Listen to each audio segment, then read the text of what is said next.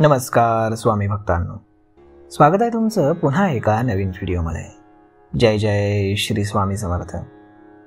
स्वामी भक्तांनो, आपल्या मुलांचं लग्न वेळेवर व्हावं हे प्रत्येक पालकाचं स्वप्न असतं, परंतु हे सौभाग्य प्रत्येकालाच मिळतं असं नाही।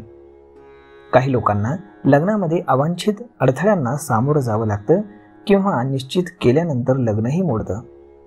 जर तुम्हाला किंवा तुमच्या घरातील कोणत्याही सदस्याला अशीच वेदना असेल आणि वय होऊनही जर त्यांचं अजून लग्न जमत नसेल, तर लग्नातील सर्व अडथळे दूर करण्यासाठी आणि लग्नाचा योग घडवून आणण्यासाठी काही सोपे उपाय आपण करू शकतो। तर मग चला या व्हिडिओला शेवटपर्यंत पाहायला विसरू नका।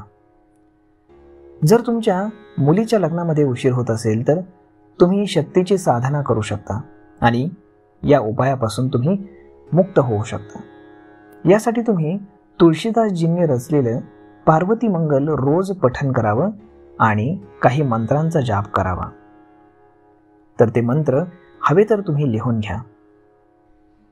हे गौरी शंकरार्धी यथात्व शंकरप्रिया तथा मा कुरु कल्याणी कांता कांता सुदुर्लभाम। त्यानंतर लवकर लग्न जमण्यासाठी माता पार्वतीची पूजा करणं देखील अत्यंत फलदायी ठरू शकतं। किंवा मग योग्य वर मिळवण्यासाठी तुम्ही आता जो मंत्र मी तुम्हाला सांगेल त्या मंत्राचा जाप 108 वेळा करावा। तुम्ही तो मंत्र लिहूनही घेऊ शकता। कत्यायनी महामाये महायोगी यधीश्वर नंदगोपसुदेवी पतिमे कुरु ते नमः। जर एखाद्या तरुणाला लवकर लग्नासाठी देवीची साधना करायची असेल तर त्यानं पूर्ण भक्ती आणि विश्वासानं एक जप करावा। तो जप असा आहे: पत्नी मनोरमा देही मनोवृत्तारिसिनी तरिणी दुर्गम सरस्या कलोद्धाम।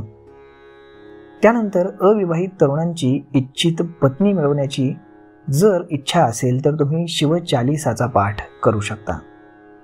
त्यानंतर विवाहित तरुण तरुणींनी प्रत्येक गुरुवारी आंघोळीच्या पाण्यामध्ये 1 चिमूटभर हळद घालून स्नान करावं। तसेच जेवणामध्ये केशर वापरल्यानं लवकर लग्न होण्याची शक्यता दृढ होते।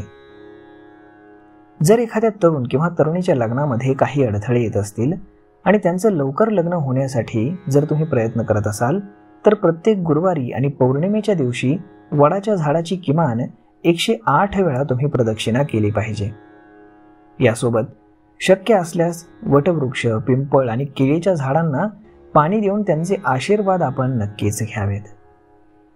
तर मग स्वामी भक्तांनो, अशा पद्धतीनं जर तुमच्या घरामध्ये कुठल्याही सदस्याचा विवाह जमत नसेल तर हे काही छोटे उपाय आहेत, हे करून आपण त्यांचे लग्न जमवण्याचा प्रयत्न नक्कीच करू शकता। जय जय श्री स्वामी समर्थ।